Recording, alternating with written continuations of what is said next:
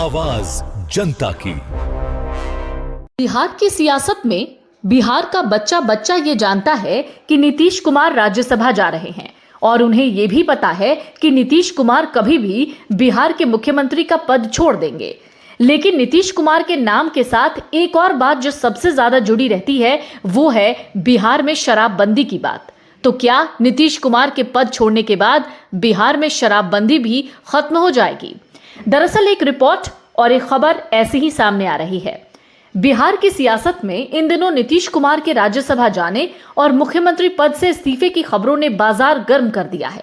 और इन सब के बीच बिहार में इस बात की गजब चर्चा है कि क्या बिहार में शराबबंदी कानून खत्म हो जाएगा।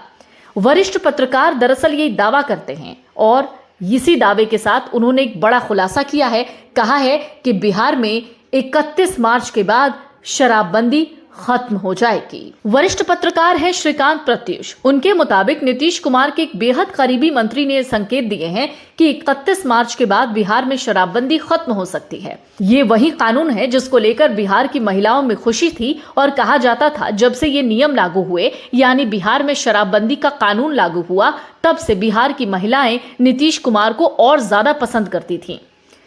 कहा जा रहा है 31 मार्च के बाद बिहार में शराबबंदी का कानून जो लगा हुआ था वो खत्म हो जाएगा। हालांकि श्रीकांत प्रत्युष का यह भी मानना है कि इसे पूरी तरह खत्म करने के बजाय चरणबद्ध तरीके से ढील दी जा सकती है। चर्चा है नई सरकार के गठन के साथ ही इस कानून की समीक्षा की प्रक्रिया शुरू हो जाएगी। बिहार सरकार को शराबबंदी के कारण सालाना करीब 30,000 करोड़ रुपए के राजस्व का नुकसान हो रहा है। बीजेपी और दूसरे सहयोगी दल जैसे जीतन राम मांझी की पार्टी हम और उपेंद्र कुशवाहा की पार्टी आरएलएम पहले ही इस कानून की समीक्षा की मांग कर चुकी है। राज्य में 5 स्टार होटल्स के बढ़ते निवेश और पर्यटन को हो रहे नुकसान को देखते हुए माना जा रहा है कि होटल्स और सरकारी आउटलेट्स के जरिए शराब की बिक्री फिर से शुरू की जा सकती है। शराबबंदी के बावजूद बिहार में अवैध शराब का कारोबार फल फूल रहा है। नकली और जहरीली शराब से होने वाली मौतों की चिंता सरकार को भी है और ये छिपे भी नहीं हुए हैं। श्रीकांत प्रत्युष तो ये भी कहते हैं कि शराबबंदी के नाम पर पुलिस महकमे में भ्रष्टाचार है और कानून व्यवस्था भी प्रभावित हो रही है। ऐसे में नई सरकार राजस्व की भरपाई और रोजगार सृजन के लिए इस कानून में बड़े बदलाव कर सकती है।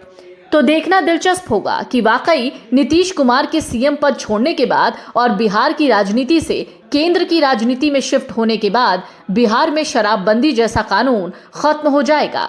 दरअसल आपको याद होगा कि इसी कानून के जरिए बिहार में लगातार नीतीश कुमार सीएम बनते रहे हैं।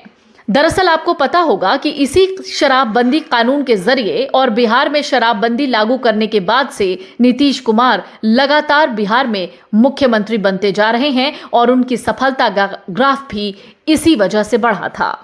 Big dreams need the right foundation. At Vidya Vihar Residential School, holistic education goes beyond classrooms.